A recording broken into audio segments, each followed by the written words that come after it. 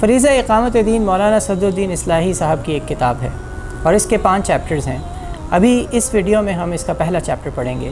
اس کا ٹائٹل ہے امت مسلمہ اور اس کا مقصد وجود۔ اس چیپٹر میں مولانا نے 3 باتیں کہی ہیں۔ پہلی بات یہ کہ امت مسلمہ دوسری امتوں کی طرح کوئی امت نہیں ہے، بلکہ اس کی ایک خاص حیثیت ہے۔ دوسری بات انہوں نے یہ بتائی ہے کہ امت مسلمہ کی وہ خاص حیثیت کیا ہے، کیا مقصد ہے جس کے لیے اللہ تعالیٰ نے اس امت مسلمہ کو برپا کیا ہے۔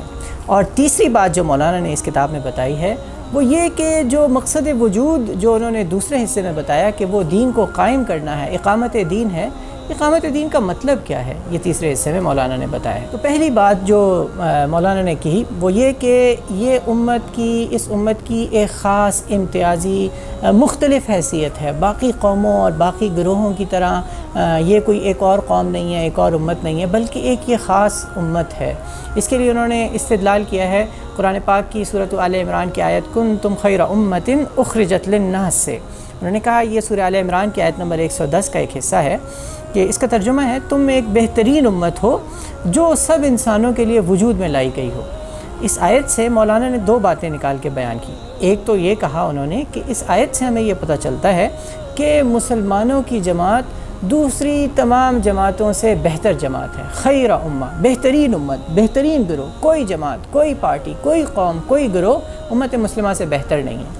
دوسری بات جو آیت کے حصے سے پتہ چلتی ہے وہ یہ کہ یہ گروہ اور یہ امت صرف اپنے لیے ہی نہیں ہے بلکہ اخرجت للناس، یہ لوگوں کے لیے ہے اور لوگوں کے لیے اللہ تعالیٰ نے اسے بھیجا ہے، ایک خاص مقصد دے کر بھیجا ہے۔ یعنی اس کا صرف اپنے آپ کا اپنا سروائیول اس امت کے لیے، اگر یہ امت صرف سروائیو کر جائے تو اس کا مقصد پورا نہیں ہوتا، بلکہ یہ لوگوں کے لیے نکالی گئی ہے۔ یہ جو اخرجت للناس کے الفاظ ہیں نبی پاک صلی اللہ علیہ وسلم کی ایک حدیث کا حوالہ جو کہ صحیح بخاری میں ہے مولانا نے دیا یہاں پر۔ رسول اللہ صلی اللہ علیہ وسلم نے فرمایا فَإِنَّمَا بُعِثْتُم مُيَسِّرِينَ وَلَمْ تُبْعَثُوا مُعَسِّرِينَ، کہ تم لوگ نرمی سے کام لینے والے بنا کر بھیجے گئے ہو، تنگیوں میں ڈالنے والے بنا کر بھیجے نہیں گئے ہو۔ اب دیکھیے لفظ کیا ہے، تم بنا کر بھیجے گئے ہو، تمہیں بھیجا گیا ہے۔ یعنی یہ امت بس ایسے ہی نہیں ہے کہ بس ہے اور جس طرح باقی قومیں اس طرح ایک قوم ہے، نہیں، بلکہ اس امت کو بنا کر بھیجا گیا ہے۔ یعنی یہ خاص اس کا ایک مقصد ہے، اس کی دلچسپیاں مختلف ہوں گی، اس کی قدریں مختلف ہوں گی، اس کے سکسیس کے پیرامیٹرز مختلف ہوں گے۔ دوسری بات کی طرف آتے ہیں تو انہوں نے بتایا کہ وہ کام ہے اقامت دین۔ اقامت دین کیا ہے؟ اس پہ جانے سے پہلے ہم کچھ آیات جو مولانا نے یہاں پر کوٹ کی ان کا تذکرہ کریں گے۔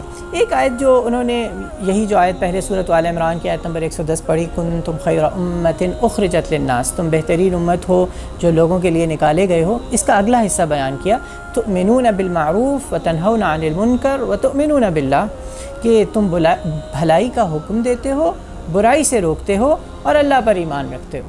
یعنی تم بہترین امت ہو، لوگوں کے لیے نکالے گئے، کرتے کیا ہو؟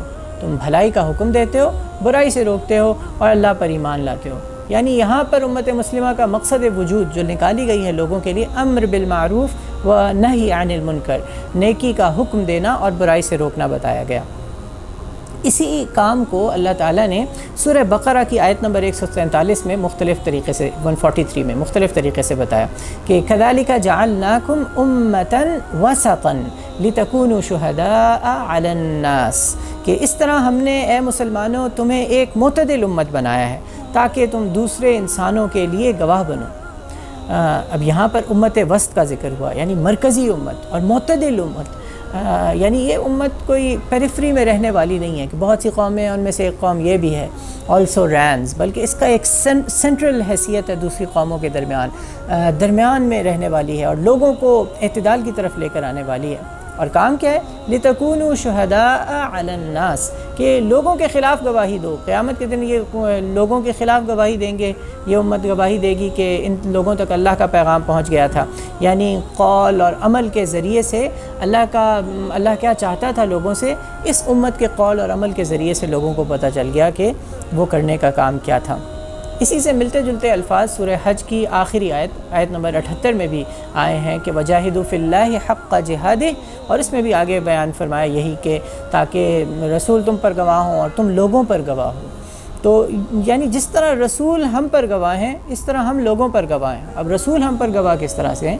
رسول اللہ تعالیٰ کی طرف سے گواہی دیں گے کہ اللہ کا پیغام ہم لوگوں تک پہنچ گیا تھا، اور اس طرح ہم لوگوں کے خلاف گواہی دیں گے کہ اللہ کا پیغام ہم نے ان لوگوں تک پہنچا دیا تھا۔ اور تیسری تعبیر، یعنی دو تعبیر آ گئی اس امت کے مقصد وجود کی، ایک امر بالمعروف اور نہی عن المنکر، دوسری شہادت علی الناس یا اسے شہادت حق کہہ لیں، یعنی حق کی گواہی دینا، دین حق کی گواہی دینا۔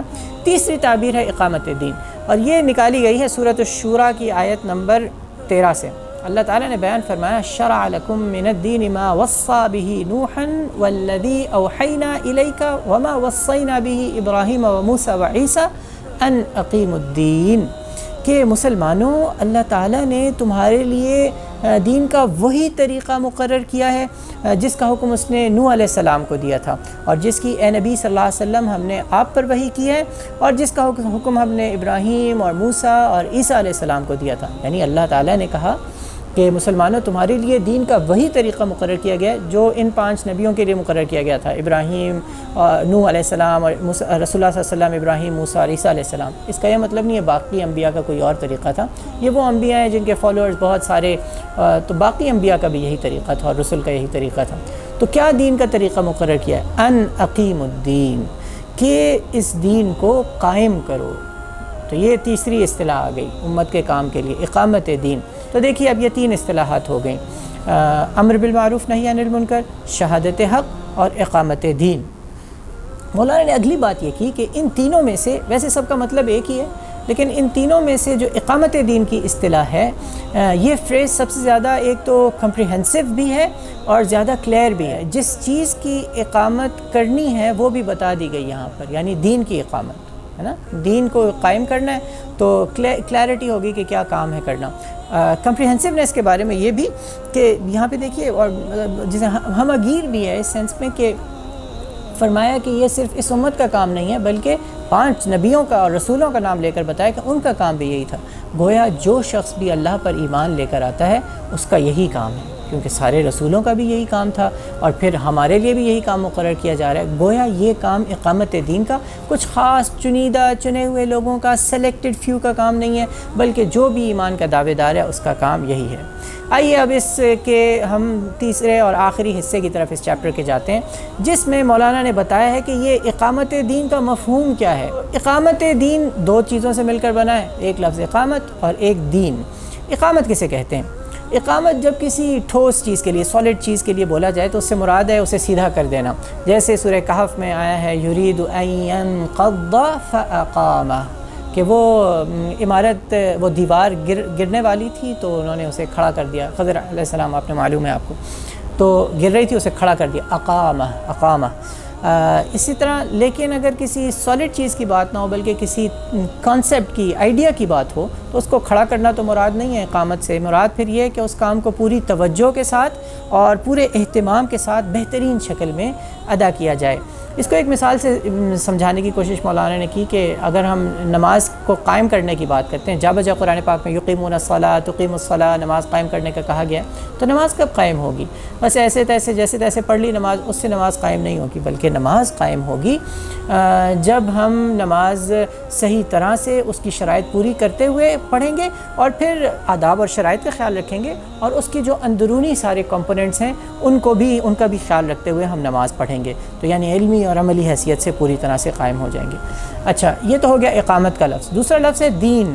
دین لفظ کے لغوی معنی یعنی ڈکشنری میں جو مطلب آپ کو نظر آئے گا وہ ہے اطاعت کا، یعنی بات ماننا، فرما برداری، اور اصطلاح میں اس سے مراد یہ ہے کہ اللہ تعالیٰ کی طرف سے بتایا ہوا زندگی کا وہ طریقہ جو اللہ نے اپنے رسولوں کو بتایا اور رسول اللہ صلی اللہ علیہ وسلم نے اپنے بندوں کو عمل کرنے کا بتایا۔ تو انسانی زندگی کا کوئی بھی مسئلہ ہو، خواہ وہ بندے کی دل کی گہرائی کی کوئی بات ہو، وہ اس کے عقل کی بات ہو، وہ اس کی فیملی کے اندر کوئی بات ہو رہی ہو، اپنے محلے میں وہ نکلا ہوا ہو، اپنے ورک پلیس میں ہو، وہ اپنی یونیورسٹی اسکول کالج میں ہو، وہ کہیں پہ جہاں پہ جاب کر رہا ہے وہاں پر ہو، خواہ وہ مارکیٹ میں ہو، خواہ وہ پارلیمنٹ میں ہو، اپنے معاشرے کی بات ہو، محلے کی بات ہو، معاشرے کی مختلف اکائیاں ہیں نا، محلے کی بات ہو رہی ہے، مسجد یا مدرسے کی بات ہو، یا پھر بات ہو رہی ہو پارلیمنٹ کی، یا پھر بات ہو رہی ہو قوموں کے آپس کے تعلقات کی۔ جو انسانی زندگی ہے، فرد کی چاہے ذاتی زندگی ہو یا قوم کی اجتماعی زندگی، اس کے متعلق دین ساری چیزوں کے بارے میں رہنمائی کرتا ہے، اور زندگی، انسانی زندگی کے اندر یہ سبھی کچھ شامل ہے، اور دین چونکہ ساری زندگی سے بحث کرتا ہے اور انسانی زندگی کے اندر چونکہ یہ سبھی کچھ شامل ہے، اس لیے دین کی جورسڈکشن میں یہ سبھی کچھ آتا ہے۔ اور جب ہم نے کہا کہ اقامت کا مطلب یہ ہے کہ جو جیسا ہے ویسا اس کو اس کی روح کے مطابق کر دیا جائے، تو دین کے مطابق عمل اگر جو ہے جیسا ہے ویسے کا ویسا کریں گے تو دین کی اقامت ہوگی۔